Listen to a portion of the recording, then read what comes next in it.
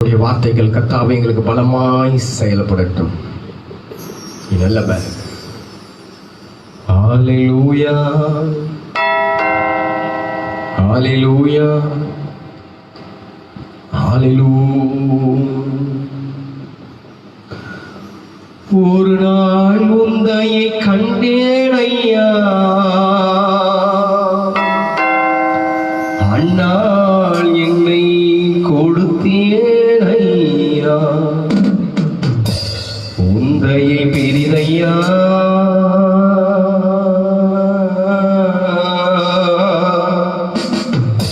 என் மேல் உந்தையை பெரிதையா. இயேசுவின் நாமத்தில் பிதாவே, ஆமென் ஆமென் ஆமென். உட்கார்ந்து கர்த்தரை ஆசீர்வதிப்பாராக.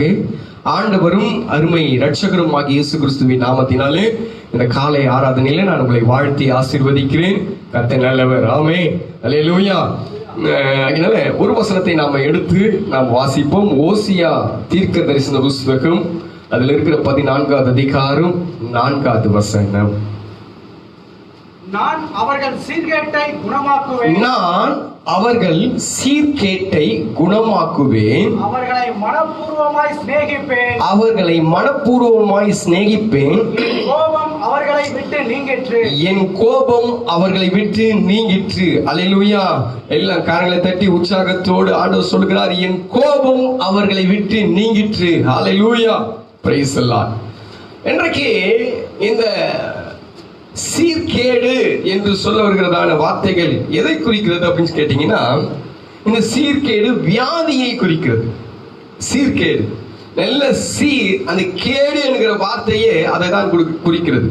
ஆண்டவர் சொல்கிறார், இன்றைக்கு அந்த சீர்கேடு எதனால வருகிறது? நான் அவர்கள் சீர்கேட்டை குணமாக்கி, அதனால்தான் குணமாக்கி நான் மனப்பூர்வமாய் அவர்களை சிநேகித்து என் கோபம் அவர்களை விட்டு நீங்க பண்ணுவேன். ஆண்டவருடைய கோபத்தினால தான் அந்த சீர்கேடு வருகிறது, அந்த வியாதி வருகிறது. இது ஒரு வியாதி. எரேமியா தீர்க்கதரிசன புஸ்தகத்துல நீங்க 3வது அதிகாரத்துல 22வது வசனத்துல வாசித்து பார்த்தோம்னால் இதுல அழகாய் சொல்லுகிறது. ஆமா, எரேமியா 3வது அதிகாரம் 22வது வசனம். சீர்கெட்ட பிள்ளைகளே, சீர்கெட்ட பிள்ளைகளே, திரும்புங்கள், திரும்புங்கள், உங்கள் சீர்கேடுகளை குணமாக்குவேன் என்றார். குணமாக்குவேன் என்றார். அப்போ அது என்னன்னு கேட்டீங்கன்னா, அந்த சீர்கேடு என்பது, அந்த சீர்கேடு என்பது ஒரு வியாதியை குறிக்கிறது. இன்றைக்கு ஆகினால்தான் ஒரு வசனம் நீதிமொழிகள் 12வது அதிகாரத்துல 21வது வசனத்துல 12வது அதிகாரத்துல 21வது வசனத்துல நீதிமானுக்கு ஒரு கேடும் வராது. அப்ப அது கேடு என்பது எதை குறிக்கிறது அப்படின்னு கேட்டா, வியாதியை குறிக்கிறது. இன்றைக்கு நம்முடைய தேசத்துல கூட பார்க்கும் போது ஒரு பெரிய வியாதி. இது எதுல வந்தது? நான் முன்னாடி சொன்னேன். இது எப்படி வந்தது? என்னுடைய பழைய பிரசங்கங்களை எல்லாம் பார்க்கும்போது எல்லா பிரசங்கத்திலையும் இது ஒரு சின்ன பாயிண்டா, ஒரு சின்ன காரியமாய் தொடர்ந்து வரும். இது வியாதி. அந்த வியாதி ஏன் வருகிறதுன்னா, தேவ கோபத்தின் நிமித்தமாக தான் அந்த வியாதி வருகிறது. தேவனுடைய கோபம் ஒரு மனுஷன் மேல பொங்கி வரும்போது, தேவனுடைய கோபம் மனுஷனை ஆட்கொள்ளும் போது, அந்த தேவ கோபம் மனுஷனை சந்திக்கும் போது அது வியாதியாய் மாறுகிறது. இன்றைக்கு நான் என்னுடைய வார்த்தைகள் சொல்லப்படுகிறது என்ன? என் கோபம் அவர்களை விட்டு நீங்க போகிறது. அப்ப என்ன விஷயம்னா, வியாதியும் நீங்க போகிறது. எல்லாம் உற்சாகமாய் வீட்டுல கரங்களை தட்டி எல்லாம் தேவனை மகிமைப்படுத்துங்கள். வியாதி நம்மை விட்டு போக போகிறது. தேவனுடைய கோபம் நம்ம விட்டு போக போகிறது. கர்த்தருக்கு மகிமை உண்டாகட்டும். இந்த வியாதிக்கு காரணம் தேவ கோபம். அநேகருடைய வாழ்க்கையில் இன்னைக்கு பாருங்க, தேசம் முழுவதும் ஆரம்பத்துல ஆண்டவரை கோபம் மூட்டதுல மனுஷனை தவிர வேற யாருமே இல்லை. அங்கதான் அங்க இருந்து பார்க்கும் போதே ஆண்டவர் கோபப்படுறாரு. ஒவ்வொரு காலத்திலையும் கோபப்படுறாரு. ஆண்டவர் கோபப்படும் போதெல்லாம் ஒரு காரியங்கள் நடக்கிறது. நம்ம தேசத்துடைய இந்த வியாதிக்கு உலகம் முழுவதும் பார்க்கும் போது பாருங்க, அநியாய அக்கிரமங்கள் தேசத்துல எவ்வளோ பாவம் பெருகிச்சு. எவ்வளவு ஊழியக்காரர்கள் ஆகியதான் புது புது ஊழியக்காரர்களை ஆண்டவர் எழுப்புறார். வித்தியாசமுள்ள ஊழியக்காரர்களை எழுப்புகிறார். ஆமா, வித்தியாசமான வார்த்தைகளை கொடுக்கிறார், நல்ல தியானங்களை கொடுக்கிறார், ஆழமான சத்தியங்களை கொடுக்கிறார். எல்லாத்தையும் கொடுத்த பிறகும் மனிதனுக்கு கேட்க மனசு இல்லை. ஆலயத்துக்கு வருகிற காரியங்களை முதல் கொண்டு, ஆமா ஊழியம் செய்கிற காரியங்களை முதல் கொண்டு எல்லாத்தையும் பார்க்கும்போது அவன் ஸ்லோவாவே போவான். கர்த்தருடைய காரியத்தில் எப்பவுமே ஸ்லோவா போவான். தேவனுடைய கோபம், அந்த தேவனுடைய கோபம் ஒரு வியாதியாய் மாறுகிறது. இந்த வியாதிக்கு காரணமே, ஆமா சங்கீதக்காரன் சொல்லும் போது இப்படியாய் சொல்கிறார், தேவனுடைய கோபம் எப்படியாய். சங்கீதம் 38வது அதிகாரத்துல 3வது வசனம் சொல்கிறது. 38:3, உமது கோபத்தினால் என் மாம்சத்தில் ஆரோக்கியம் இல்லை. அவர் சொல்லும் போது என் மாம்சத்தில் ஆரோக்கியம் இல்லை. உமது கோபம், தேவனுடைய கோபம். ஒரு மனுஷனுடைய வாழ்க்கையில் தேவ கோபம் வரும்போது சரீரத்துல ஆரோக்கியம் இல்லாம போகிறது. அநேகருடைய, நான் பெரும்பாலும் வியாதியை சொல்லுகிறேன். ஏன்னா அப்ப நான் பாவம் செஞ்சேன் அதெல்லாம் எனக்கு தெரியாது. நான் பெரும்பாலும் வியாதிக்கு காரணமே இப்படிதான் இந்த காரியம் தான். அதிக கேடொன்று உனக்கு வராதபடிக்கு இனி பாவம் செய்யாத வசனம் சொல்றது. இனி பாவம் செய்யாது. அப்போ அவர் சொல்லும், சங்கீதக்காரன் சொல்லும்போது இப்படியாய் சொல்கிறார், ஆமா உமது கோபத்தினால் என் மாம்சத்தில் ஆரோக்கியம் இல்லை. அப்புறம் என் பாவத்தினால் என் எலும்புகளில் சௌக்கியம் இல்லை. என் அக்கிரமங்கள் என் தலை சொல்கிறது, என் அக்கிரமங்கள் என் தலைக்கு மேலா இருக்கிறது. அவைகள் பார சுமைகளை போல என்னால் தாங்க கூடாத பாரமாயிற்று. ஆமா அவர் சொல்லும்போது பேச சொல்கிறாரு, அந்த பாரம், அந்த சுமை எல்லாமே பார்க்கும்போது அக்கிரமம், பாவம், அநியாயம் இதெல்லாம் வரும்போது அவனுக்குள்ளாக இப்படியாய் வருகிறது. அப்போ ஒரு வியாதிக்கு, பெரும்பாலான ஒரு வியாதிக்கு காரணமே ஆகையால ஆண்டவர் சொன்னார், உன் நோய்களை எல்லாம் சுமந்தேன். உன் நோய்கள் எல்லாம் சுமந்த ஆண்டவர் சொல்லுகிறார். அப்போ நம்முடைய நோய்களுக்கு, நம்முடைய அந்த வைரஸுக்கு காரணம் என்னன்னு கேட்டீங்கன்னா, அந்த சீர்கேட்டுக்கு காரணம் என்னன்னு கேட்டீங்கன்னா, ஆண்டவர் இங்க சொல்லும் போது, ஆமா அவருடைய கோபத்தினாலே, ஆகல ஏசாயா தீர்க்கதரிசன புஸ்தகத்துல 1வது அதிகாரத்துல நீங்க 4வது வசனத்தை நீங்க வாசித்து பாத்தீங்கன்னா, 4வது வசனத்துல இப்படியாய் சொல்லுகிறது, ஐயோ பாவமுள்ள ஜாதியும் அக்கிரமத்தால் பாரம் சுமந்த ஜனமும் பொல்லாதவர்களின் சந்ததியும் கேடு உண்டாக்குகிற புத்திரராய் இருக்கிறார்கள். கர்த்தரை விட்டு இஸ்ரவேலின் பரிசுத்தருக்கு கோபம் உண்டாக்கி வாங்கி போனார்கள். அவர்களுக்கு கோபம் வந்ததுனால கேடு வந்தது. பாருங்க, இந்த கேடு ஏன் வந்துச்சு? இந்த வைரஸ் கேடு ஏன் வந்துச்சு? இந்த வைரஸ் வியாதி, நான் சொன்ன கேடு என்பது வியாதி. இந்த கேடு வந்ததுக்கு காரணமே கோபம் தான், கர்த்தருடைய கோபம் தான். அப்ப கர்த்தருடைய கோபம் எந்த வீட்டின் மேல வரக்கூடாது, எந்த மனுஷன் மேலேயும் வரக்கூடாது. மனுஷன் கோபப்பட்டா பரவாயில்லை. நான் அடிக்கடி அப்படித்தான் சொல்றேன். என்னை பத்தி மனுஷன் என்ன சொன்னாலும் அதை பத்தி நான் கவலைப்பட மாட்டேன். அவன் இது வரைக்கும் எவ்வளவு பேசுறான், அவன் பேசுவான், அப்படித்தான் பேசுவான். இது வாய் பேசதான் செய்யும். இந்த நாவு ஆமா மனுஷனை குறிச்சு எதையாவது ஒரு காரியத்தை சொல்லதான் செய்யும். அதை பத்தி கவலை இல்லை. ஆனா கர்த்தர் கோபப்படக்கூடாது, தெய்வம் கோபப்படக்கூடாது. கர்த்தருடைய கோபம் ஒரு மனுஷன். 7வது வசனம் வாசிங்க. அதுலயே 7வது வசனம் 1:7. உங்கள் தேசம் பாழாய் இருக்கிறது, உங்கள் பட்டணங்கள் அக்கினியினால் சுட்டெரிக்கப்பட்டது. உங்கள் நாட்டை அந்நியர் உங்கள் கண்களுக்கு முன்பாக பட்சிக்கிறார்கள். அது அந்நியரால் கவிழ்க்கப்பட்ட பாழ் தேசம் போல் இருக்கிறது. எங்க நம்ம ஊர்ல அது வந்துச்சு, எங்கோ வந்துச்சு. அது நம்ம தேசத்தை கவிழ்த்து போட்டுச்சு, நம்ம நாட்டையே கவிழ்த்து போட்டுச்சு. நினைச்சு பாருங்க. 2 மாசம் ஆராதனையே இல்ல, 2 மாசம் தெய்வத்தை துதிக்கிற அந்த துதியின் சத்தமே இல்ல. தேவனுடைய ஆலய இருளா இருக்கிறது. தேவனுடைய ஊழியக்காரர்கள் குறுகி போயிட்டாங்க, விசுவாசி எல்லாம் மங்கி போயிட்டாங்க. ஆமா, நார்மலா இருக்கிற மனுஷன் அணைஞ்சு போயிட்டான், ஒண்ணுமே இல்ல. எல்லாம் லாக் டவுன், எல்லாம் லாக் ஆயிடுச்சு. பொருளாதார லாக்கு, நம்முடைய ஆவிக்குரிய ஜீவன் லாக்கு, நம்முடைய சரீரத்துல லாக்கு, நம்முடைய மனசுல லாக்கு, நம்முடைய வாழ்க்கையில எல்லாம் லாக் ஆயிடுச்சு. அப்படியே தேவ கோபத்தை உண்டாக்கவே கூடாது. ஒரு நாளும் தெய்வத்துக்கு முன்னாடி கோபத்தை உண்டாக்க கூடாது. நம்ம எல்லாம் நினைக்கிறோம் அவர் இரக்கம் உள்ளவர், அவர் அன்புள்ளவர், அவர் இரக்கம் உள்ள தெய்வம், அவர் மன்னிக்கிற தெய்வம். பல கிறிஸ்தவ இன்னைக்கு அநியாயத்துக்கு காரணமே அவர் மன்னிக்கிற தெய்வம் என்பதுதான் நினைச்சிருக்கான். பல பேர் அவர் மன்னிப்பாரு. பல பேருக்கு அரைக்கிற வசனம், வெட்டுற வசனம், குத்துற வசனம் பிடிக்கவே பிடிக்காது. என்ன எப்ப பாரு ஒரு குத்துறாரு, எப்ப பாரு ஒரு அடிக்கிறாரு, எப்ப பாரு இது பண்றாரு, எப்ப பாரு இது பண்றாரு, கடவுளே தான் பண்றாரு. அது நான் வேற வசனத்தின் தான் சொல்லுகிறேன். தனிப்பட்ட வாழ்க்கையில் எதையாவது சொல்லுகிறேன், தனிப்பட்ட வாழ்க்கையில ஏன் காரியத்தை நடந்துக்கிறதை சொல்லுகிறேன் இல்ல. வேத வசனத்துல தான் எடுத்து சொல்லுகிறேன். ஏன்னா ஒவ்வொரு நாளும் அறுத்து அது சீர் பிதுக்கப்பட்டு அது ரண வைத்தியனாலே சுகமாகணும். அந்த வசனம் சுகமாகணும், அந்த காரியத்தை சுகமாகணும். அப்ப இயேசு நல்லவர் நல்லவர், அவர் நல்லவர் தான். யார் இல்லைன்னு? அவர் நல்லவா இருக்கிறதுனால ஒன்னும் உயிரோடு இருக்கிற நீ. அவர் இரக்கம் உள்ளவர், இன்னி வரைக்கும் சாகாம உயிரோடு வச்சிருக்காரு, அவருக்கு அதான் இரக்கம் உள்ளவர். அவர் கிருபை உள்ளவர், இன்னும் உன்னை வாழ வச்சிருந்தா இருக்காரு, இன்னும் கொடுத்திருந்தா இருக்காரு, அதான் கிருபை உள்ளவர். அவர் மன்னிக்கிறவர், மனுஷன் தான் இருக்கிறாரு. அதே நேரத்தில் அவரை குறித்து வேதம் சொல்லுகிறது பட்சிக்கிற அக்கினி. அவர் கோபம் சாதாரணமா இருக்காது. அவர் கோபம் வந்தா எப்படிதான் வரும்? அவர் கோபம், ஆமா, யாத்ராகமம் 20வது அதிகாரத்தில் 5வது வசனத்தை நீங்கள் வாசித்து பாருங்க. 5வது வசனம் சொல்லுகிறது, யாத்திராகமும் 20:5. நீ அவைகளை நமஸ்கரிக்கவும் சேவிக்கவும் வேண்டாம். உன் தேவனாகிய கர்த்தராய் இருக்கிற நான் எரிச்சல் உள்ள தேவனாய் இருந்து என்னை பகைக்கிறவனை குறித்து பிதாக்களுடைய அக்கிரமத்தை பிள்ளைகளிடத்தில் 3ஆம் 4ஆம் தலைமுறை வரைக்கும் விசாரிப்பேன். உன்னுடைய காரியம் உன்னோடு போகாது சார். உன்னுடைய காரியம் உன்னோடு போகாது. நம்ம அநேகர், ஆமா, ஏன் ஆண்டவர் இங்க ஒரு செக் வச்சா தெரியுங்களா? ஆமா, எனக்கு சொல்ல மாட்டான், எனக்கு எது வந்தாலும் நான் தாங்கிக்குவேன், எனக்கு எது வந்தாலும் தாங்கிக்குவேன். ஆமா, உனக்கு வந்தா தாங்கிக்குவேன், உன் பிள்ளைக்கு வந்தா தாங்குவியா நீ? ஆண்டவர் வச்சா இருப்பாருங்க செக்கு. இரக்கம் உள்ளவர் வச்சா இருப்பாருங்க, அன்புள்ளவர் வச்சா இருப்பாருங்க, கிருபை உள்ளவர் வச்சா இருப்பாருங்க செக்கு. ஆமா, தயவுள்ளவர் வச்சா இருப்பாருங்க செக்கு. என்ன செக்கு? 3வது 4வது உன்னை, உன் பிள்ளைய, உன் பேர பிள்ளைய வரைக்கும் நான் சந்திப்பேன். பல பேரு நான் சொத்தை சேர்க்க வச்சிருக்கேன், அநியாயமா சேர்த்துட்டேன், அநியாயமா பண்ணிட்டு, ஆமா, இன்னைக்கு திருப்தியா இருக்கிறேன்னு சொல்லி பாக்கலையா? ஆண்டவரும் குடும்பத்துக்கு வைப்பார் செக்கு. இன்றைக்கு நீ நல்லா இருக்குன்னு சொல்லி பார்க்காத.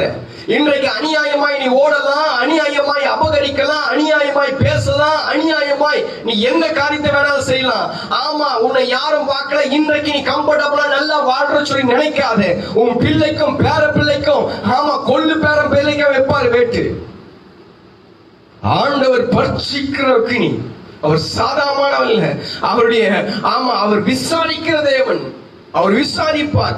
உன்னை குறித்து, உன் குடும்பத்தை குறித்து விசாரிக்கிற தேவன். அவர், ஆமா, நம்ம நன்மையான காரியத்தை குறித்து மாத்திரம் விசாரிக்கிற தேவன் அல்ல. அவர் நீதி உள்ள நியாயாதிபதி. நீ செய்வதற்கு செய்து சரி கட்டுவார், செய்து சரி கட்டுவார். இதுதான் அநேகருக்கு தெரியல. அநேகம் நினைக்கிறோம் இன்னைக்கு எல்லாத்தையும் இயேசு கிட்ட போனா எல்லாம் மன்னிச்சிருவாரு. ஆமா, எதுக்கு மன்னிப்பு? அதுக்கு மட்டும்தான் மன்னிப்பு. எந்த காரியத்துல மன்னித்து உன்னிடத்துல, அவரிடத்துல உன்னை சேர்த்துக் கொள்ளணுமோ அந்த காரியத்துல மாத்திரம் தான் மன்னித்து சேர்த்துக் கொள்வார். மற்ற நேரத்துல கேடு உண்டாகும். அநேகருக்கு தெரியல, அநேகருக்கு தெரியல. அவன், ஆமா, சிலுவையை சுமந்து அடிக்கப்பட்ட ஆட்டை போல, ஓ, ரத்தம் சிந்த சிந்த அப்படியே சிலுவையை சுமந்து கொள்ளதான் மலையில ஏறான்னு நினைச்சு நிக்கிறீங்களா? உருவின பட்டயத்தோடு வந்து நிற்பார். ஒரு நாளைக்கு உருவின பட்டயத்தோடு வந்து நிற்பார். அவருடைய கோபம் பெரிது.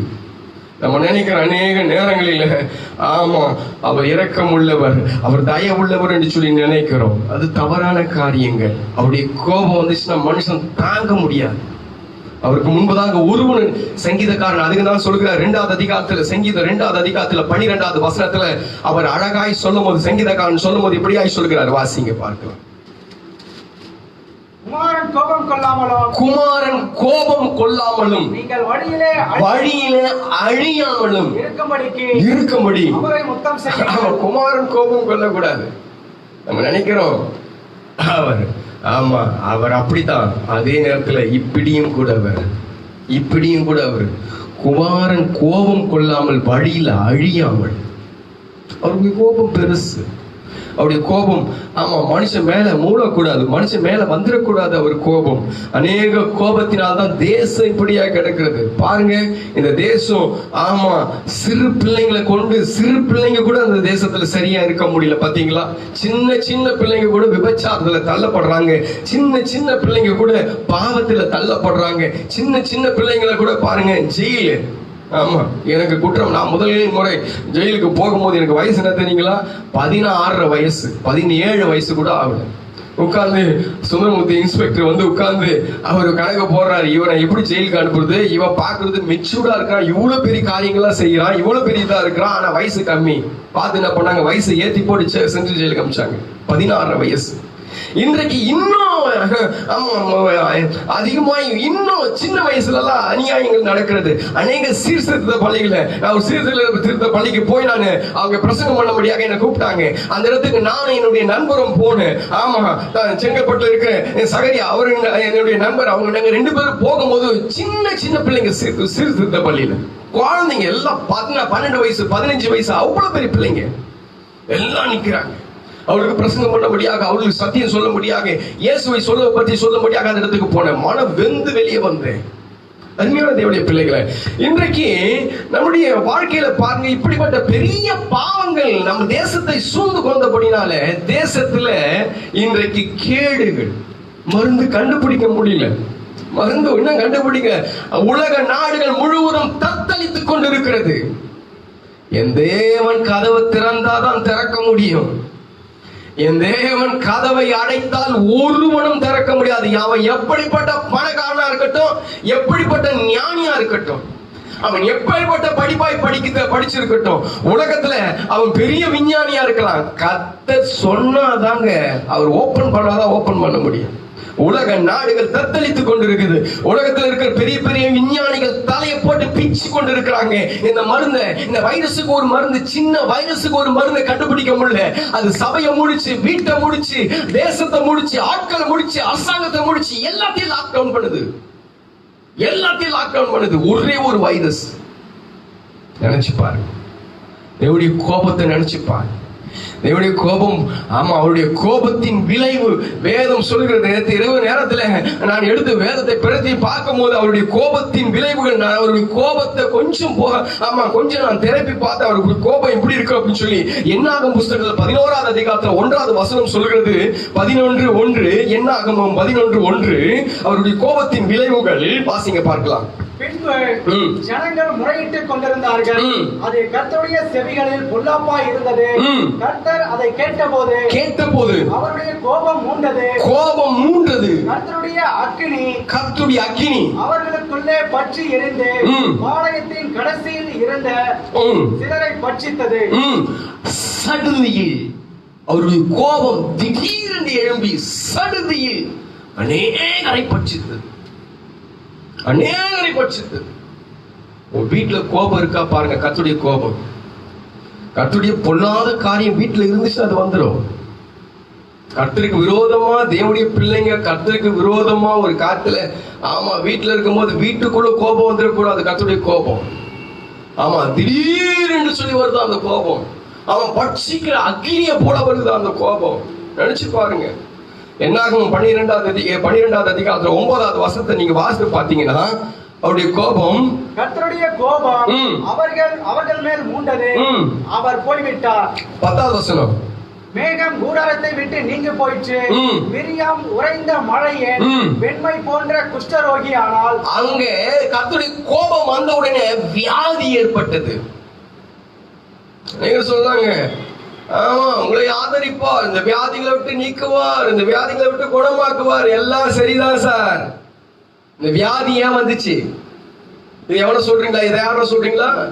இந்த வியாதி ஏன் வந்துச்சு சொல்றீங்களா? இந்த வியாதி கர்த்தருடைய கோபம் வந்தது, அவன் உடனே ஆயிட்டா. வியாதி வந்த, அது கோபம் வந்த உடனே வியாதியும் சேர்த்து வருகிறது. அநேக குடும்பங்களை ஆண்டவர் சும்மா தட்டுறாரு, சும்மா தொடுறாரு, அவள்தான். நான் என்ன கேட்டா தொடர்றது கூட இல்ல, ஊதி விடுறாரு, சும்மா ஊதுறாரு, அவள்தான்.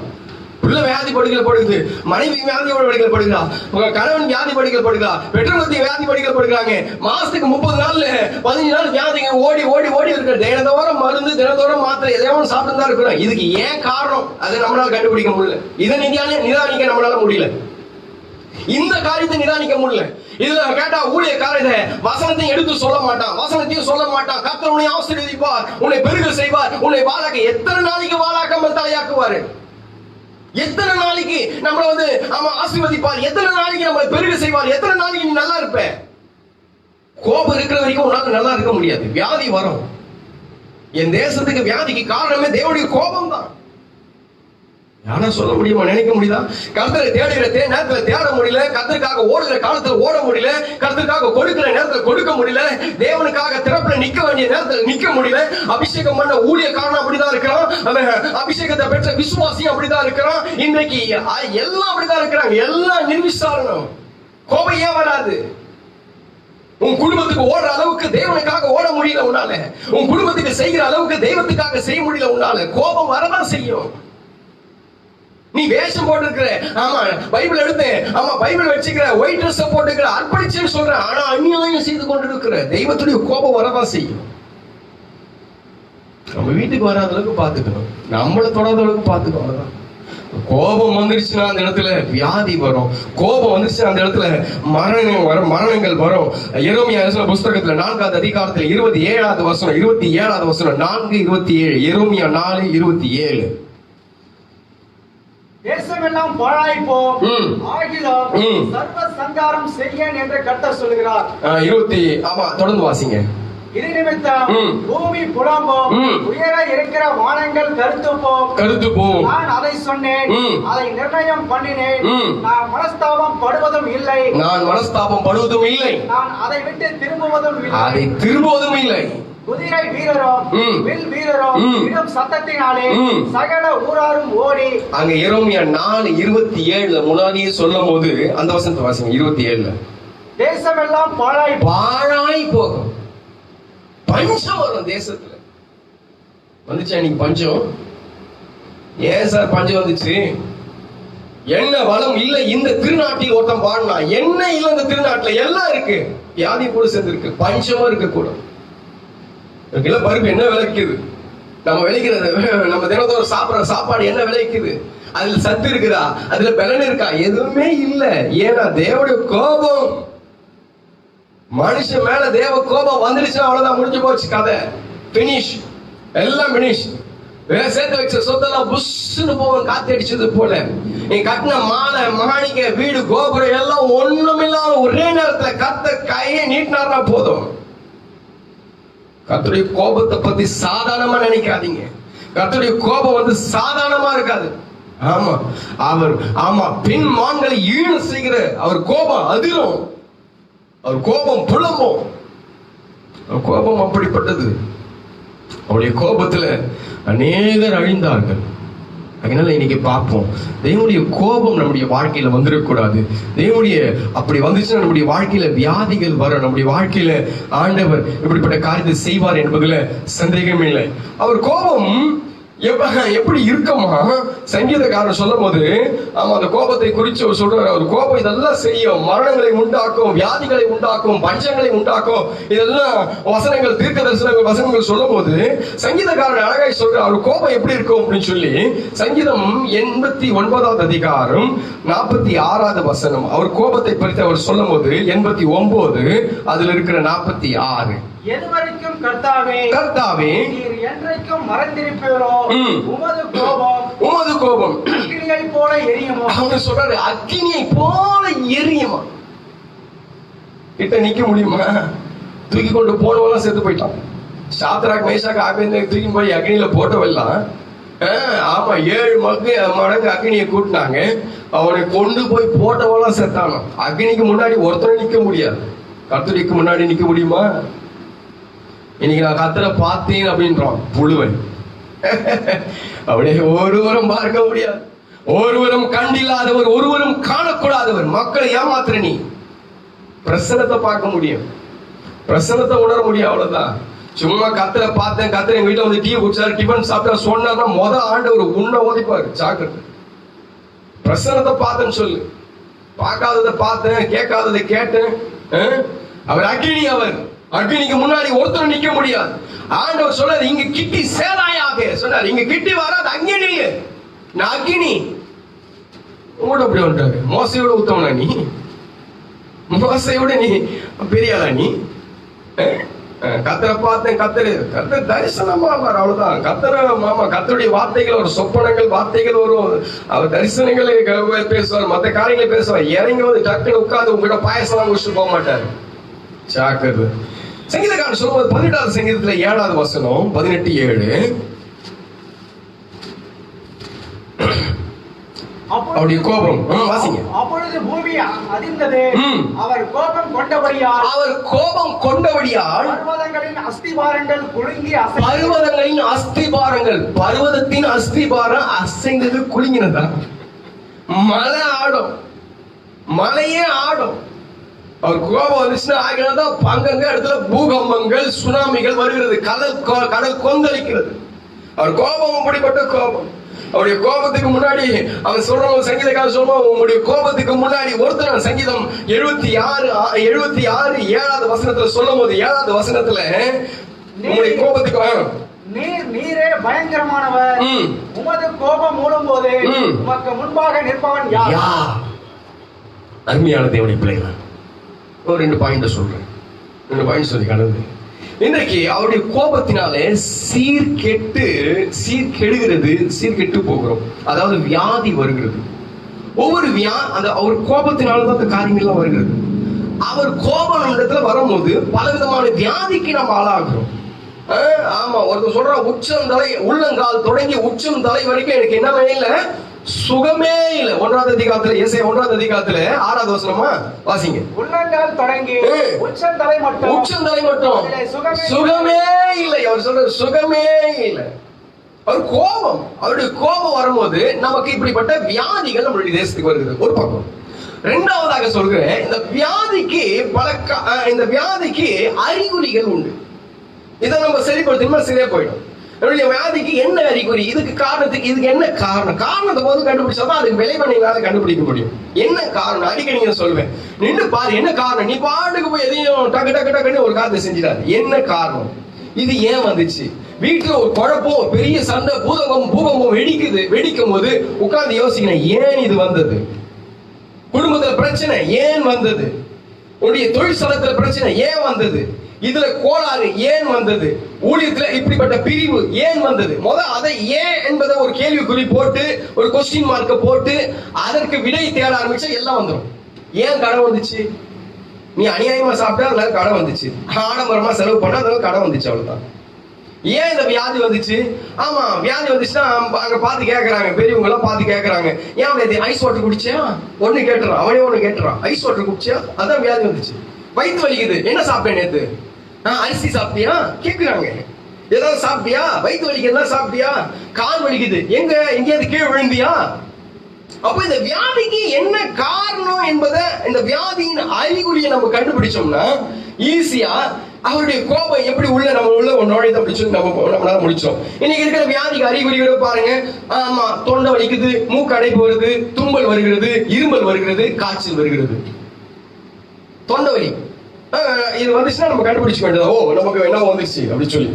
அப்போ இதுக்கு நீ மருந்து கண்டுபிடிக்கிறதை காட்டிலும், நீ இதுக்கு போய் மற்ற காரியத்தை செய்வதை காட்டிலும் முதல்ல இது ஏன் வந்தது என்று நமக்குள்ளாக ஒரு காரியங்கள் தெரிஞ்சா அது நம்முடைய வாழ்க்கையில ஈஸியாக அதை குணப்படுத்த முடியும். நான் ஒரு 2 பாயிண்ட சொல்லி நான் முடிக்கிறேன். 2 காரியத்தை சொல்லி இதுக்கு உண்டான நிறைய காரியங்கள் இடத்துல நான் கொண்டு வந்திருக்கிறேன். ஒரு 2 காரியம் முடிஞ்ச வரைக்கும், ஒரு 2 காரியம் 3 காரியமோ எத்தனை காரியங்கள் சொல்ல முடியுமோ அத்தனை காரியங்கள் சொல்லி நான் முடிக்கிறேன். கர்த்தர் உதவி செய்வாராக. முதலாவதாக எரேமியா 31வது அதிகாரம் 22வது வசனம். எரேமியா தீர்க்கதரிசன புஸ்தகம் 31வது அதிகாரம் 22வது வசனம். இந்த சீர்கேடு ஏன் வருகிறது, இந்த வியாதி ஏன் வருகிறது, அந்த வியாதி ஏன் வருகிறது என்று சொல்லி ஃபர்ஸ்ட் பாயிண்ட் சொல்கிறது, சீர்கெட்டு போன குமார்த்தியே எந்த மட்டும் விலகி திரிவாய். முடிஞ்சிச்சா? கர்த்தர் பூமியிலே ஒரு புதுமையை சிருஷ்டிப்பார். அவர் சொல்லும்போது சீர்கெட்டு போன குமார்த்தியை எந்த மட்டும் விலகி திரிவாய். இந்த வார்த்தை என்ன சொல்றதுன்னு கேட்டீங்கன்னா, அநேக கர்த்தரை விட்டு விலகு கொடுக்க ஒரு காலம். சீர்கேடு ஏன் உள்ள வருகிறது? சீர்கேடு வருவதற்கு கோபம் காரணம். கோபம் ஏன் வருகிறதுன்னு கேட்டீங்கன்னா, அநேகர் விலகுவார்கள். இதுக்கு முதல் காரணம் என்ன தெரியுங்களா? இந்த சீர்கேடு வருவதற்கு முன்பதாக, இந்த வியாதி வருவதற்கு முன்பதாக அநேகர் விலகுவார்கள். சபையை விட்டு விலகுவோம் அநேக பேர். இன்னைக்கு ஓடும் கதை, நாளைக்கெல்லாம் தெரியாது. இன்னைக்கு ஓடும். அடிக்கடிக்கு சொல்லுவேன், இந்த ஃபேன் சுத்துது. இந்த ஃபேன் சுத்தும் போது சுவிட்ச் ஆஃப் பண்ணிடும். ஆனாலும் சுத்தி கொண்டு தான் இருக்குது. கொஞ்ச நேரத்துல ரொம்ப நேரம் சுத்தாது. அது ஓடுறது போல நமக்கு இருக்கும். ஓடி ஒரு 2 நிமிஷத்துல நிக்கும். இப்ப 2 நிமிஷம் தான் நீ ஓடி இருக்குது உன் வாழ்க்கை.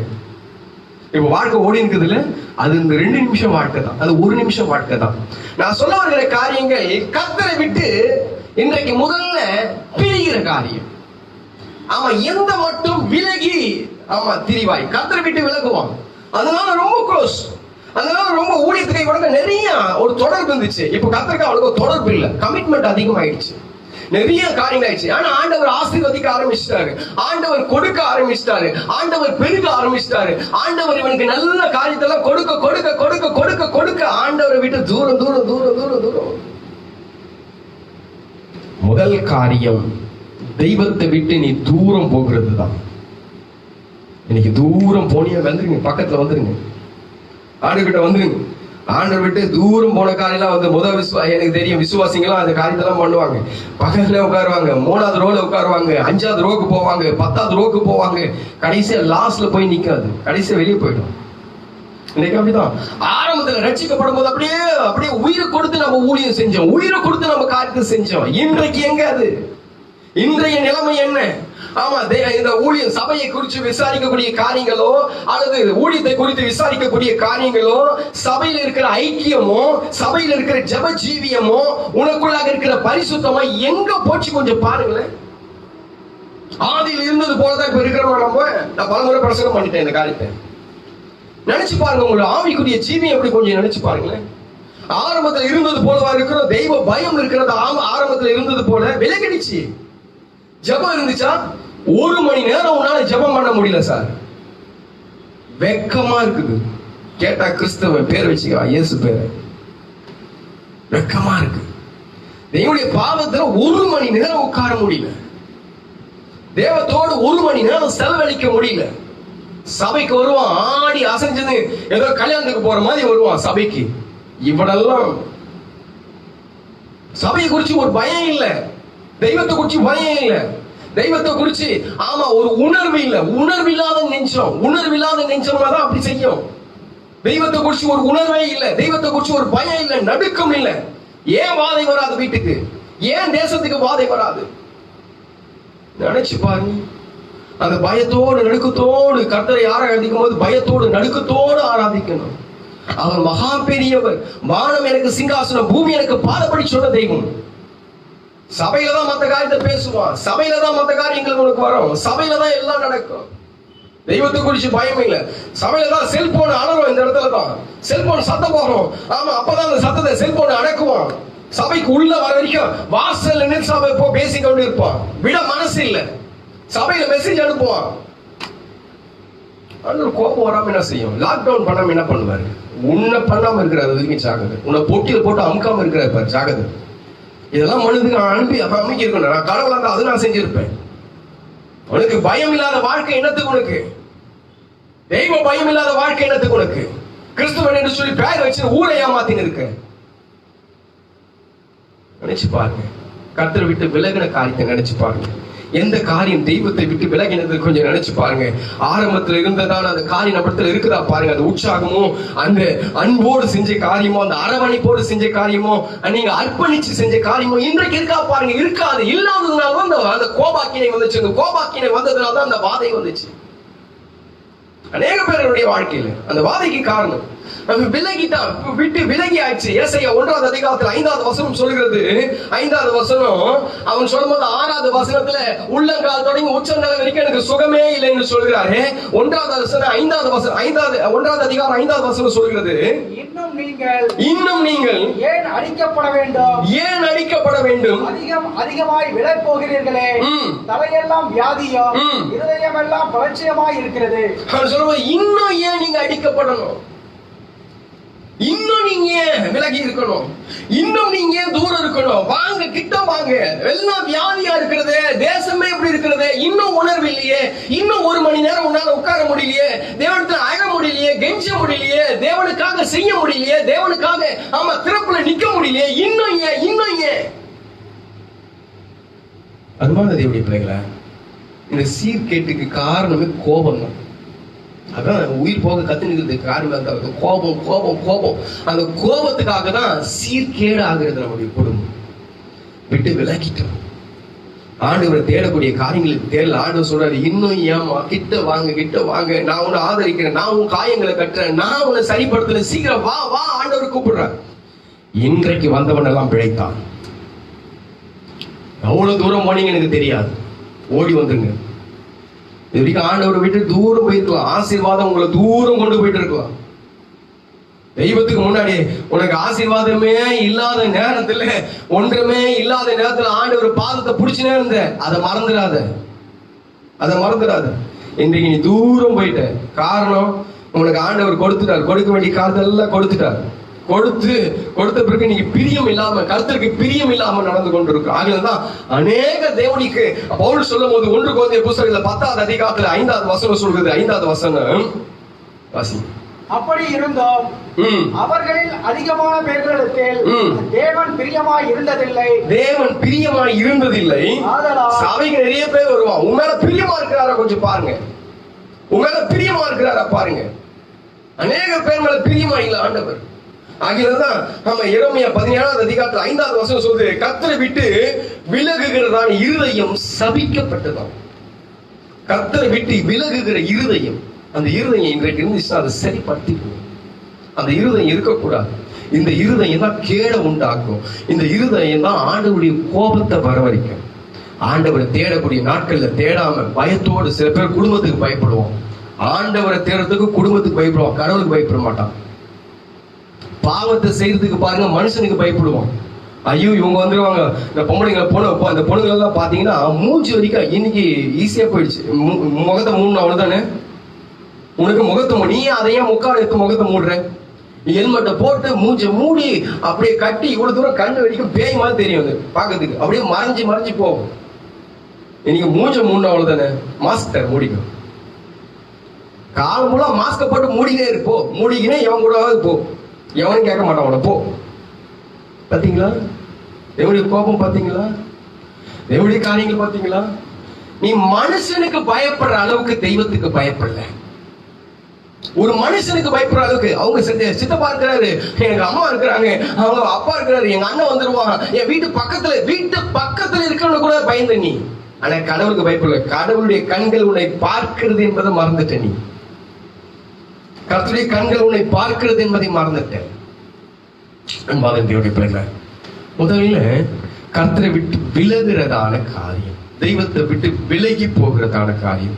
இந்த விலகி போகிற காரியத்துல இன்றைக்கு ஆண்டவரத்துல கிட்ட வாங்க, கிட்ட சேருங்க, கர்த்தர்களை நடத்த உண்மை உள்ளவராக. நம்பர் 2, 2வது காரியம், எரேமியா 14வது அதிகாரம் 7வது வசனம். 14:7. கர்த்தாவே எங்கள் அக்கிரமங்கள் எங்களுக்கு விரோதமாய் சாட்சியிட்டாலும் உம்முடைய நாமத்தின் நிமித்தம் எங்கள் சீர்கேடுகள் மிகுதியாய் இருக்கிறது, உமக்கு விரோதமாய் பாவம் செய்தோம். இரண்டாவதாக நான் சொல்லுகிற காரியம், முதல் கர்த்தரை விட்டு விலகுகிற காரியம், இரண்டாவது கர்த்தருக்கு விரோதமாய் பாவம் செஞ்சோம். பாவத்துல 2 வகையா பிரிக்கலாம். ஆனா எந்த பாவம் செஞ்சாலும் கர்த்தர் விலகிடுவார், எந்த பாவம் செஞ்சாலும் கர்த்தர் விலகிடுவார். நான் மனுஷீகத்துல 2 காரியத்தை 2ஆ விளக்குற பாவம், கர்த்தருக்கு விரோதமான பாவம். பாவம் எல்லாமே நான் சொன்ன. அப்ப பாவம் செஞ்சுட்டு கர்த்தர் நம்மோட கூட இருப்பான்னு சொல்லி நினைக்காதீங்க. நான் சொல்ல வருகிற காரியங்கள் நான் பிரசங்கத்துக்காக பிரிக்கிறதான காரியத்தை இப்படி நான் பிரிக்கிறேன். 2 காரியம், ஒண்ணு பாவம், 2வது கர்த்தருக்கு விரோதமான பாவம். அவர் சொல்லும் போது எங்கள் சீர்கேடுகள் மிகுதியாய் இருக்கிறது, உமக்கு விரோதமாய் நாங்கள் பாவம் செய்தோம். கர்த்தருக்கு விரோதமான பாவம் இருக்கா பாருங்க. கர்த்தருக்கு விரோதமான பாவம்.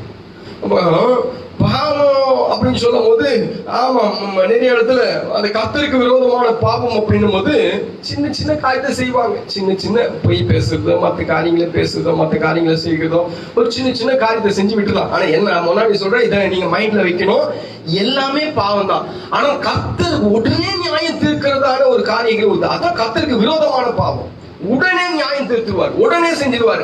அது பரத்துக்கு விரோதமாய் போயிடும். லூக்கா 15வது அதிகாரத்துல நீங்க வாசித்து பார்க்கலாம். 18வது வசனத்துல அதை நீங்க வாசிக்கும் போது அழகாய் உங்களுக்கு தெரியும். வாசிங்க பார்க்கலாம் அந்த வசனத்தை.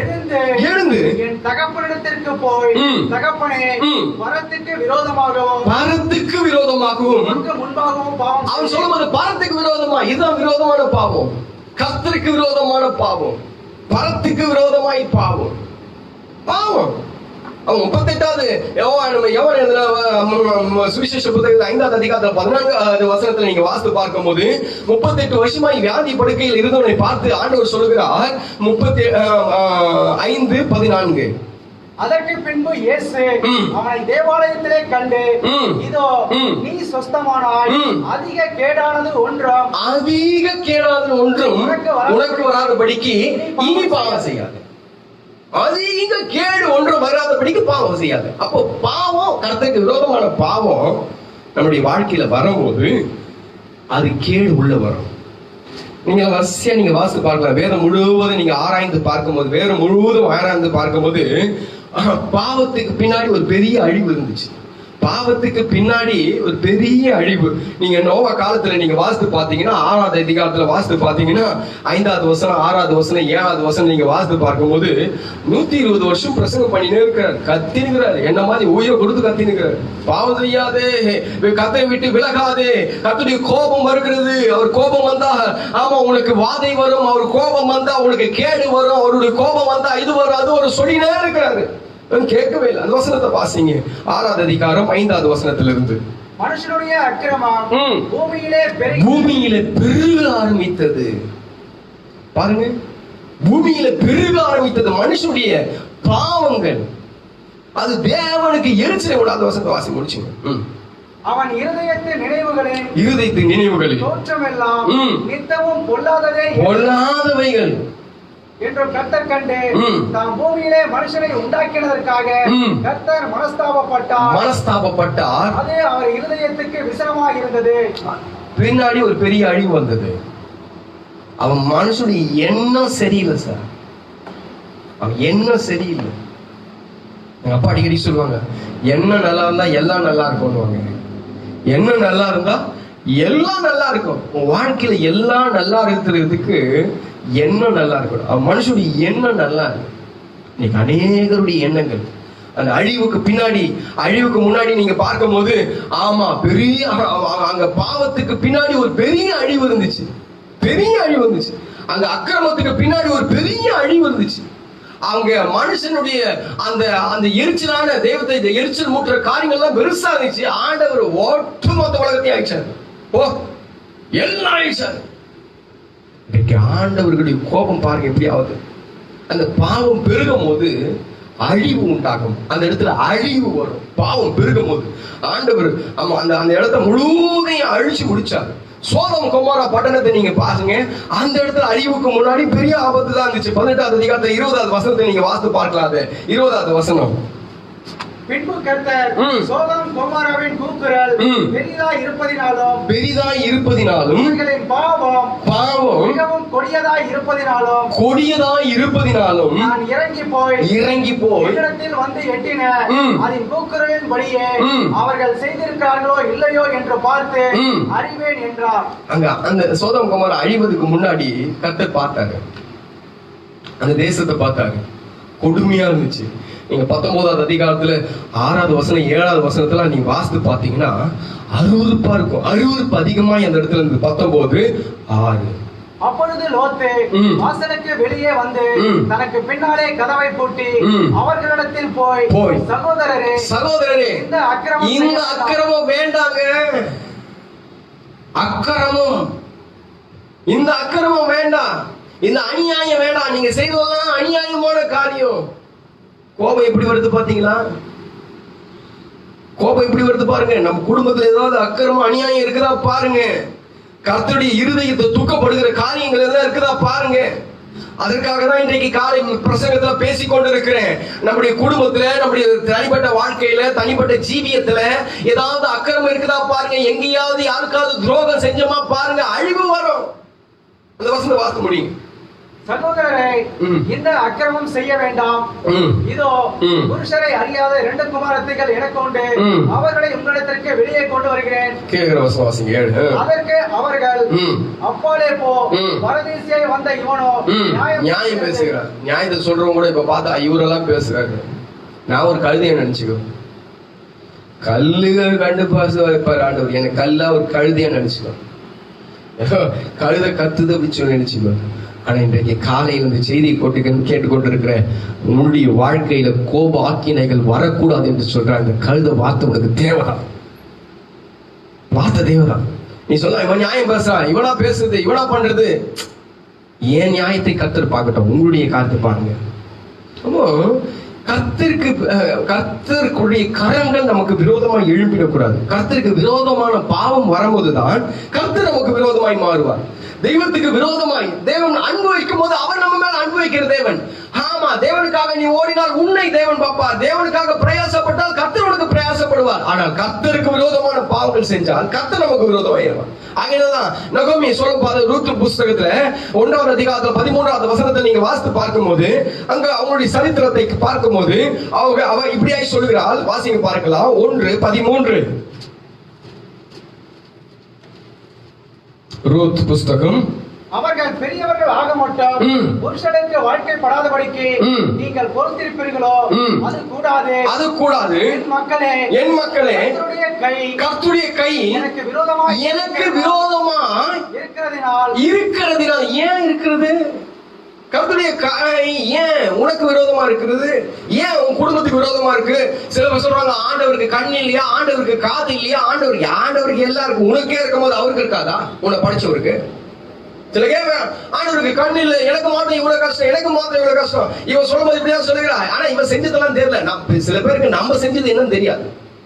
மத்தவங்க பேசுறது நமக்கு சொல்றதுதான் தெரியுமே தவிர நீ என்ன பண்ணுன்னு தெரியாது. நீ என்ன பண்ண, இவங்க பேசுறது சரியா தப்பான்னு கூட நிதானிக்க கூட உங்களுக்கு தெரியாது. ஏன் பேசுறாங்கன்னு தெரியாது. இந்த அம்மா அப்படிதான் பேசுது. என்னது? கர்த்தருடைய கை எனக்கு விரோதமா இருக்கிறது. ஏன் விரோதமா இருக்கு? உன்னை எங்க இருக்க சொன்னாங்க, நீ எங்க வந்த? அதுல இருந்து ஒரு 2 பாயிண்ட் எடுத்தேன். எடுத்து பார்த்தேன், எனக்கு பேசுறதுக்கு நேரம் இல்லை.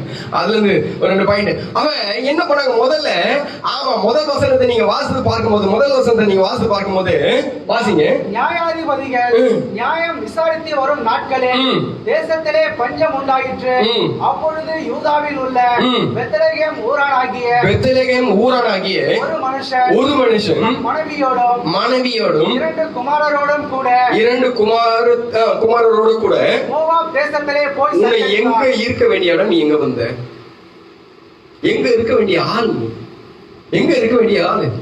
ஆண்டவர் அங்க இருக்கிற பெத்லகேம்ல அப்பத்தின் வீட்டுல கர்த்தர் பிறந்த இடத்துல தெய்வம் இருக்கிற இடத்துல இருக்க வேண்டிய ஆளு, சபையில் இருக்க வேண்டிய ஆளு. இப்ப நீ எங்க போயிட்டேன்னா சாபத்துக்குள்ள போயிட்ட. சாபம் என்று சொல்லி அர்த்தம். சாபத்துக்குள்ளாக போயிட்ட, சபிக்கப்பட்ட இடத்துக்கு போயாச்சு. மோவாப். நீங்க உபாகம் புஸ்தகத்துல 23வது அதிகாரத்துல 3வது வசனமும், ஆதியாகமம் எழுதின புஸ்தகத்துல 19வது அதிகாரத்துல 36, 37, 38 வசனங்கள் வாசிக்கும் போது சாபம் எப்படி ஏற்பட்டது, அவங்க எப்படி சபிக்கப்பட்டவர்கள் ஆனார்கள் என்று சொல்லி அந்த வசனம் சொல்கிறது. உபாகமும் 23வது அதிகாரம் 3வது வசனம். அம்மோனியனோ மோவாபியனோ கர்த்தருடைய சபைக்கு உட்படலாகாதே. 10ஆம் தலைமுறையிலும் என்றைக்கும் அவர்கள் கர்த்தருடைய சபைக்கு உட்படலாகாது. அதான் இங்கே சொல்லப்பட்டிருக்கிறதா, மோவாப்பு ஆட்கள் அருவருப்பு நிறைந்த இடம். உன்னை இருக்கிற இடத்தை விட்டுட்டு நீ பறக்கிற தேவையில்லாத இடத்துக்கு போனீங்கன்னா, அதான் பல பேர் சபையை விட்டு கூட போயிடுவோம். இப்படி பேசினா சபையை விட்டு கூட போயிடுவோம். அவர் ரொம்ப பேசுற. ஒருத்தர் கேட்டார், உங்களுக்கு ஆசீர்வாதமான வசனங்களே தெரியாதா? பிரசங்க மனுஷன் கீழே இறங்கி போகும்போது சபையில இருந்து ஒருத்தர் கேட்டார், உங்களுக்கு ஆசீர்வாதம் வசனமே தெரியாதா? எவ்வளவு ஆசீர்வாதமா இருக்கு. நாங்க ஆறுதலுக்காக வரோம், நாங்கள் தேர்தலுக்காக வரோம், நாங்க இலைப்பாறுதலுக்காக வரோம், 1 வாரம் உள்ள கஷ்டப்படுறோம், இங்க அடிக்கிறேன் உதைக்கிறேன் சாபம் வீடு பேசுறிய அப்படின்னு கேட்டாரு. நான் சொன்னேன், எத்தனை வருஷம் கிறிஸ்தவன் நீ அப்படின்னு கேட்டார். நான் பிறந்ததுல இருந்து கிறிஸ்தவன். நாசமா போவேன் நீ. பிறந்ததுல கிறிஸ்தவன் காலத்தை பார்த்தால் போதகரா இருக்க வேண்டிய நீ இன்னைக்கு ஆசீர்வாதம் வசனத்தை கேட்கிறிய. போக வேண்டிய ஆசீர்வாதம் சொல்றதுக்கு போ. இந்த இடம் அப்படிப்பட்ட இடம் தான், வெளியே போ அப்படின்ட்டேன். 5 வருஷத்துக்கு முன்னாடி நடந்த கதை, 5-6 வருஷத்துக்கு முன்னாடி நடந்த கதை. அவரை பார்க்கும் போது அவ்வளவுதான், பைபிள் எடுத்து கையில வச்சாருன்னா அவ்வளவுதான், அப்படியே பரிசுத்தவான் மாதிரி உள்ள வருவாரு. ஒரு 1 ஹவருக்கு அப்புறம் சபை ஆரம்பிச்சு 1 ஹவருக்கு அப்புறம் வருவார். அவர் கேட்கிறார், ஆசீர்வாதமான வசனம் உனக்கு தெரியாது? எனக்கு தெரியாது, எனக்கு தெரியாது. ஆசீர்வாதம் உள்ள வசனம் பைபிள் இருக்குது, வீட்டுல போய் நீ படிச்சுக்க போ. ஐயா, இங்க நான் சொல்ல வேண்டும், ஆமா, ஆண்டவர் இருக்க வேண்டிய இடத்துலதான் ஆண்டவர் உன்னை வச்சிருக்காரு. அப்பதான் உன்னை சீர்பிதுக்கவோ, உன்னை உடைக்கவோ, உன்னை உருவாக்கவோ, உன்னை சரிப்படுத்தவோ என்னால முடியும். நீ பறந்து போயிட முடியாது. ஆண்டவர் எந்த இடத்துலையும் போஷிக்க வல்லவரா இருக்கிறார். மகா வறட்சியான காலங்களில் திருப்தியாக உன்னை போஷிப்பேன். நாங்க பிச்சை எடுத்தோம், எங்க அம்மா பிச்சை எடுத்து வந்து எங்களுக்கு கொடுப்பாங்க. இன்றைக்கு நாங்க ஆமா எத்தனையோ ஆட்களுக்கு ஆசீர்வாதம், எத்தனையோ ஆயிரக்கணக்கான ஜனங்களுக்கு ஆசீர்வாதமா இருக்கிறோம். என்னங்க காரணம்? தெய்வத்தை விட்டு ஓடனா முடியுமா? தெய்வத்தை விட்டு ஓடனா முடியுமா? இந்த இடத்துல இப்படியா இருக்கிறது சொல்லி விட்டு ஓடனா முடியுமா? முடியாது. அங்கே ஆண்டவர் இருக்கக்கூடிய இடத்துல நீ உன்னால் இருக்க முடியல. கர்த்தருக்கு விரோதமாய் கை எழும்பாம வேற என்ன செய்யும்? கை கர்த்தருக்கு விரோதமாய் கை எழும்பினது. அப்போ வாழ்க்கை பின்மாற்றமா. உன்னை திரும்பி பார்த்தாவே நீ உப்பு தூண்டாங்க, திரும்பி பார்த்தாவே உன் கதை முடிஞ்சு போச்சு.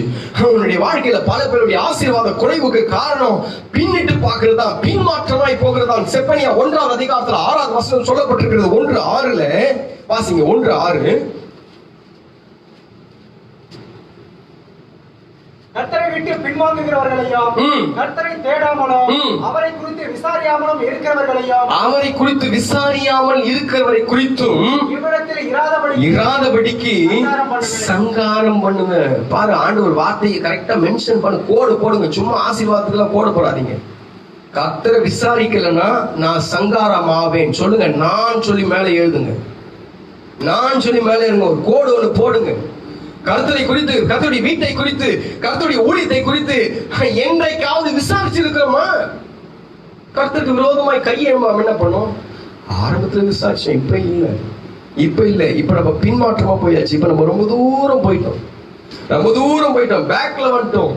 ஆமா, ஆண்டவருடைய கோபம் நம்முடைய வாழ்க்கையில வராம என்ன செய்யும்? கர்த்தருக்கு விரோதமாய் நீ எழும்புனா உனக்கு விரோதமாய் கர்த்தர் எழும்புவார். இதுல சந்தேகமே இல்லை. ஓசியா 4ஆவது அதிகாரத்துல 1ஆவது வசனத்தை நீங்க வாசித்து பாருங்க. 4ஆவது அதிகாரம் 1ஆவது வசனம். இஸ்ரவேல் புத்திரரே, கர்த்தருடைய வார்த்தையை கேளுங்கள், கேளுங்கள். தேசத்தின் குடிகளோடு கர்த்தருக்கு வழக்கு இருக்கிறது. அது ஏனென்றால் தேசத்தில் உண்மையும் இல்லை, உண்மையும் இல்லை, இரக்கமும் இல்லை, இரக்கமும் இல்லை, தேவனை பற்றிய அறிவும் இல்லை, அறிவும் இல்லை. 4ஆவது வசனம் சொல்லுது. 4ஆவது வசனம். ஆகிலும் ஒருவனும் நியாயத்தை காண்பிக்கவும், ஒருவனும் அவர்களை கடிந்து கொள்ளவும் கூடாது. உன் ஜனங்கள் ஆசாரியனோடு வழக்காடுகள் போல இருக்கிறார்கள். இது சொன்ன காரியம் சண்டைக்கு வருவோம். இது சொன்ன ரொம்ப பேர் வரும், எனக்கு தான் பேசணும், எனக்கு தான் பேசணும். நான் உனக்கு தான் பேசுனேன்.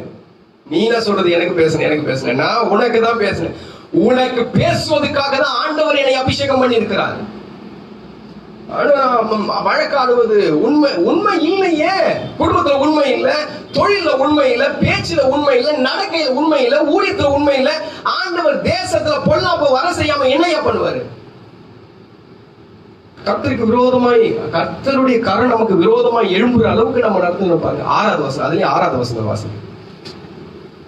என் ஜனங்கள் அறிவில்லாமையினால் சங்காரம் ஆகிறார்கள். நீ அறிவை வெறுத்தாய், அறிவை வெறுத்தாய். ஆகையால் நான் சொல்ல முன்னாடி செக், ஆண்டவருக்கு செக் வைக்கிறதுக்குலாம் கிளீனா தெரியும் அப்படி சொல்லி. ஆகையால் நீ என் ஆசாரியனாய் இராதபடிக்கு நானும் உன்னை வெறுத்து விடுவேன்.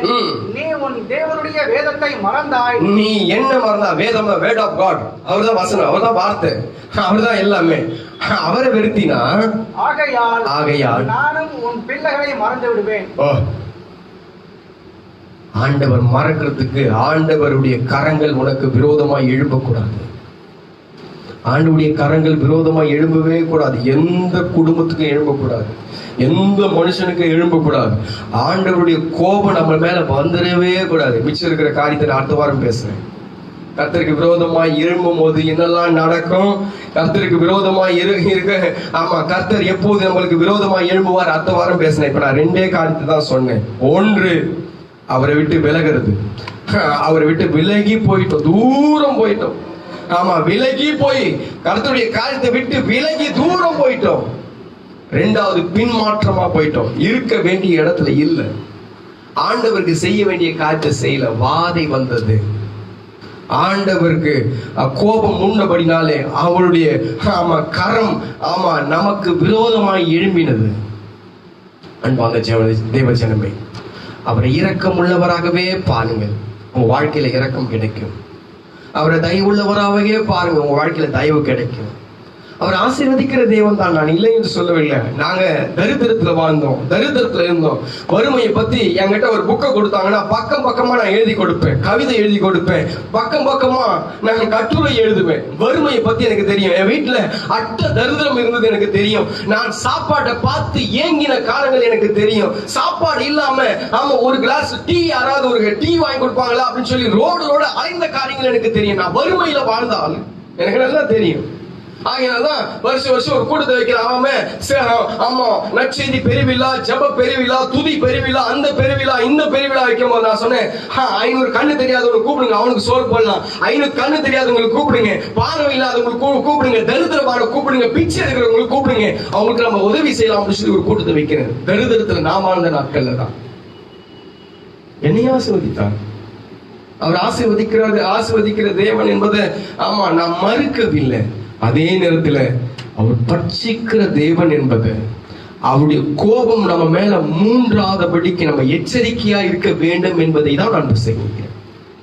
இன்னைக்கு அவர் கோபம் எங்க வருது பாருங்க. நம்முடைய வாதைக்கு என்ன காரணம் சொல்லி பாருங்க. நம்முடைய தேசத்தின் வாதைக்கு என்ன காரணம் சொல்லி பாருங்க.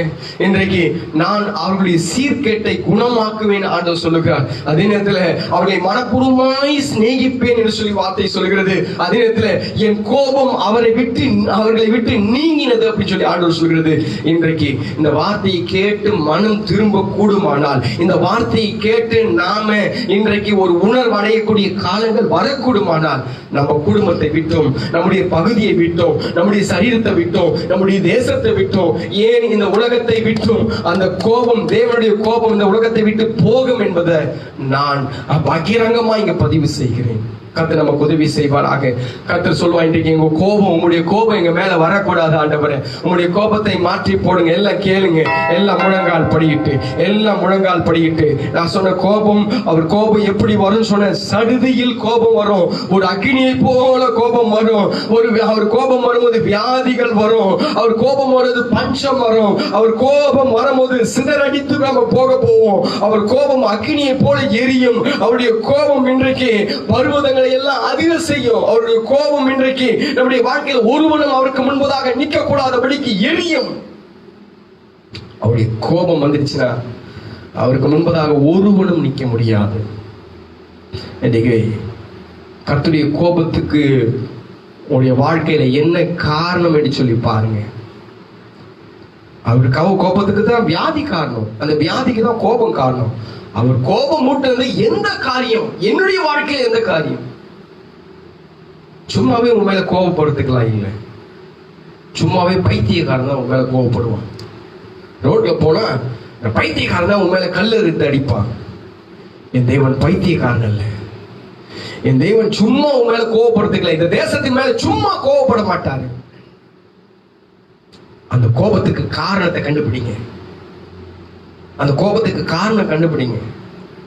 குமாரன் கோபம் கொள்ளாமல் வழியில அழியாமல் நம்ம அழியாதபடிக்கு பாருங்க. நான் 2 காரியத்தை எடுத்து காமிச்சேன். நான் முடிஞ்ச வர காலங்கள், வர நாட்கள்ல மிச்சம் இருக்கிற காரியத்தை தான் உங்களுக்கு நான் சொல்றேன். ஒன்று, அவருடைய கோபம் நம்முடைய வாழ்க்கையில அவரை விட்டு விலக செஞ்சதுனால, அந்த சீர்கெட்ட குமார்த்தியே எந்த மட்டும் விலகி திரிவாய், தூரம் தள்ளி தள்ளி தள்ளி தள்ளி கர்த்தருடைய காரியங்கள், கர்த்தருடைய கிட்ட வரும்போது நீ தூரம் போயினே இருக்கிற காலத்தை பார்த்தால் நீ எப்படியோ இருக்க வேண்டிய ஆள். கர்த்தரை விட்டு இன்னைக்கு விலகி போகிறதுனால, 2வது, ஆண்டவர் இருக்க வேண்டிய இடத்துல உன்னால இருக்க முடியல. ஆண்டவர் உனக்கு ஸ்தானத்தை கொடுத்தார், உனக்கு ஒரு இடத்தை கொடுத்தாரு, அந்த இடத்தை நீ கெடுத்துக்குது. ஆண்டவர் எந்தெந்த தேசமோ எந்தெந்த இடத்துலயோ அவர்களை பிறக்க செய்திருக்கலாம். அவர்களை ஆண்டவர் பெத்லகேம் தேவன் பிறந்த இடத்துல வச்சிருந்தாரு. கர்த்தருடைய வீட்டுல உன்னை வச்சிருந்தாரு. தேவனுடைய அப்பம், அது அப்பத்தின் வீடு என்று சொல்லி அர்த்தம். அந்த வீட்டுல உன்னை வச்சிருக்காரு. தேவனுக்குள்ளாக உன்னை வச்சிருந்தாரு. உன் பின்மாற்றம், நீ சாபத்துக்குள்ளாக போயிட்ட, சாபம் இருக்கக்கூடிய இடத்துக்கு போயிட்ட, உனக்கு பின்மாற்றம் வந்தது. உனக்கு உண்மை இல்லாமல் போய்விட்டது. ஆதியில கொண்டு இருந்த அன்பை விடக்கூடிய சூழ்நிலை உனத்துல வந்தது. ஜெபத்துல பின்மாற்றம், பரிசுத்தத்துல பின்மாற்றம், விசுவாசத்துல பின்மாற்றம், ஊழியத்துல பின்மாற்றம், கடிந்து கொள்ளுதல் உனக்கு பிடிக்கல, தேவனுடைய வார்த்தை உனக்கு பிடிக்கல. அருமையான தேவனுடைய பிள்ளைகளை அவர் சொல்கிறார், என் மக்களே கர்த்தருடைய கை எனக்கு விரோதமாய் ஆயிற்று. கர்த்தருடைய கை உனக்கு விரோதமாய் மாறக்கூடாது.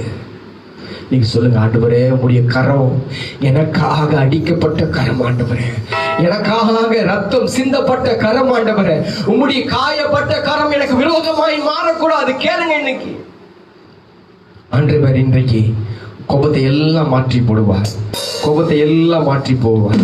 அவருடைய இரக்கம் பெரிது, அவருடைய தயவு பெரிது, அவருடைய சுபாவங்கள் எல்லாம் பெரிது.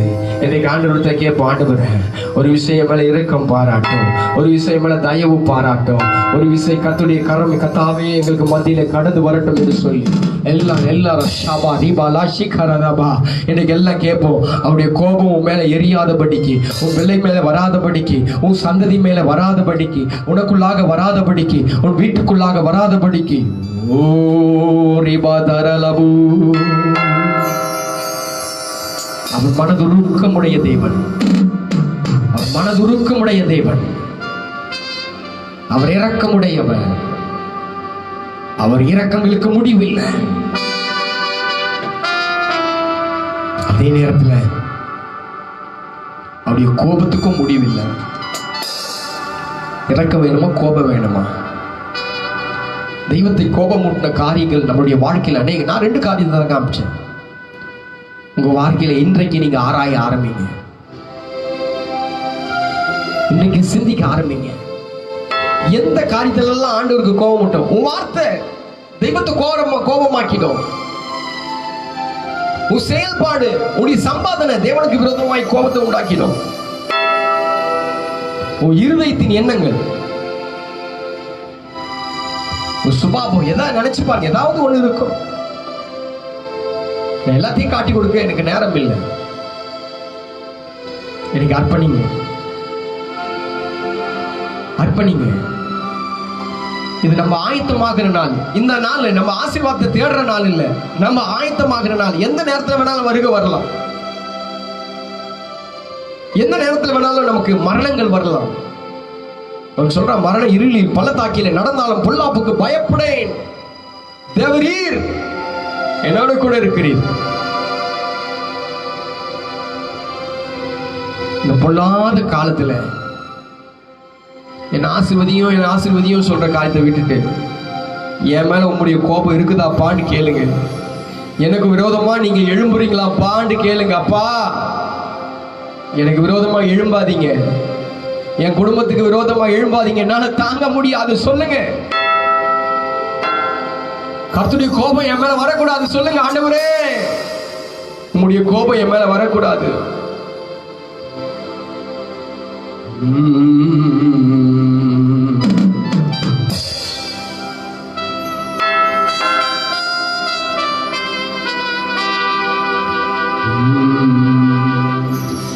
நல்ல கனி கொடா மரங்கள் எல்லாம் வெட்டுண்டு அக்கினியில் போடப்படும். நல்ல கனி கொடா மரங்கள் எல்லாம் வெட்டுண்டு அக்கினியில் போடப்படும். ராஜா வருகிறார் ஆயத்தமாவோ, ராஜா வருகிறார் ஆயத்தமாவோ, இயேசு வருகிறார் எதிர்கொண்டு செல்வோம், இயேசு வருகிறார் எதிர்கொண்டு செல்வோம். நல்ல கனி கொடா மரங்கள் எல்லாம் வெட்டுண்டு அக்கினியில் போடப்படும். நல்ல கனி கொடா மரங்கள் எல்லாம் வெட்டுண்டு அக்கினியில் போடப்படும். ராஜா வருகிறார் ஆயத்தமாவோ, ராஜா வருகிறார் ஆயத்தமாவோ, இயேசு வருகிறார் எதிர்கொண்டு செல்வோம், இயேசு வருகிறார் எதிர்கொண்டு செல்வோம். பரிசுத்தமுள்ள நல்ல பிதாவே, ஆண்டவர் இயேசுவின் நாமத்தினாலே அருமையான கர்த்தாவே இந்த நல்ல காலை பொழுதுக்காக நன்றி செலுத்துகிறோம். கர்த்தாவே உம்முடைய சமூகத்துக்கு எங்களை கூட்டிக் கொண்டு வந்து கர்த்தாவே சீர்கேட்டை கர்த்தாவே அந்த கேடான காரியத்தை குறித்தும் தேவனுடைய கோபத்தை குறித்தும் எதனால் தேவனுடைய கோபம் என் மேல மூண்டது என்று சொல்லியும் எங்களுக்கு கர்த்தாவே இந்த காலை வேளையில அப்பா சொல்லி கொடுத்தீரப்பா, ஸ்தோத்திரம். கர்த்தாவே எந்த குடும்பத்தின் மேல தேவ கோபங்கள் வந்துடக்கூடாதப்பா. எல்லா குடும்பத்தின் மேல இருக்கிற தேவ கோபங்கள் மாறட்டும். இந்த சமுதாயத்துல கர்த்தாவே, இந்த தேசத்துல, இந்த உலகத்துல தேவ கோபங்கள் இயேசுவின் நாமத்தினாலே மாறட்டும். வாதைகள் விலகட்டும் இயேசுவின் நாமத்தினால். உணர்வுள்ள நெஞ்சை ஒவ்வொருவருக்கும் தாரும். உணர்வுள்ள இருதயத்தை ஒருவருக்கும் தாரும். குடும்பத்தில் உணர்வுள்ள கர்த்தாவே இருதயத்தை தாங்க. ஊழியத்தில் உணர்வுள்ள இருதயத்தை தாங்க. தனிப்பட்ட வாழ்க்கையில உணர்வுள்ள இருதயத்தை தாங்க. ஆவிக்குரிய வாழ்க்கையில ஒவ்வொரு கர்த்தாவே உணர்வுள்ள இருதயத்தை தாங்க தகப்பனே. பிள்ளைகளை ஆசீர்வதித்து காத்துக்கொள்ளும். ஒவ்வொரு குடும்பத்தின் மேலும் இயேசுவின் ரத்தம் தங்கி இருக்கட்டும். சமாதானத்தை கர்த்தாவே ஒவ்வொரு குடும்பத்துக்கும் சொல்லுகிறோம். இயேசுவின் சமாதானம் ஒவ்வொரு குடும்பத்துக்கும் உண்டாகட்டும். கர்த்தாவே மகிழ்ச்சி உண்டாகட்டும். இந்த காலகட்டங்களில் கர்த்தாவே உணவு உடுக்க உடை இருக்க இடத்தை கர்த்தாவே அப்பா பிள்ளைகளுக்கு பரிபூர்ணமாய் தரும்படியாய் ஜெபிக்கிறோம். வாதியை விட்டு விலக செய்யுங்க தகப்பனே. பொல்லாப்பு நேரிடாதபடி காத்துக்கொள்ளுங்க தகப்பனே. பிள்ளைகளுடைய தேவைகள் எல்லாம் சந்திக்கப்படட்டும். நன்மையும் கிருபையும் பாக்கியமும் ஒவ்வொருவரையும் கர்த்தாவே பற்றி பிடிக்கட்டும் அப்பா. கர்த்தாவே உமக்காக பிரயாசப்படுகிற ஒவ்வொரு பிள்ளைகளையும், அவருடைய குடும்பங்களையும், அவருடைய காரியங்களையும் என் தேவனாகிய கர்த்தர் பொறுப்படுத்தி நடத்தும். பிள்ளைகளை ஆசீர்வதித்து காத்துக்கொள்ளுங்க. நாமம் மகிமைப்படட்டும். இயேசுவின் நாமத்தில் ஜெபிக்கிறோம் நல்ல பிதாவை. எல்லாம் சேர்ந்து சொல்வோம், ஆமென்.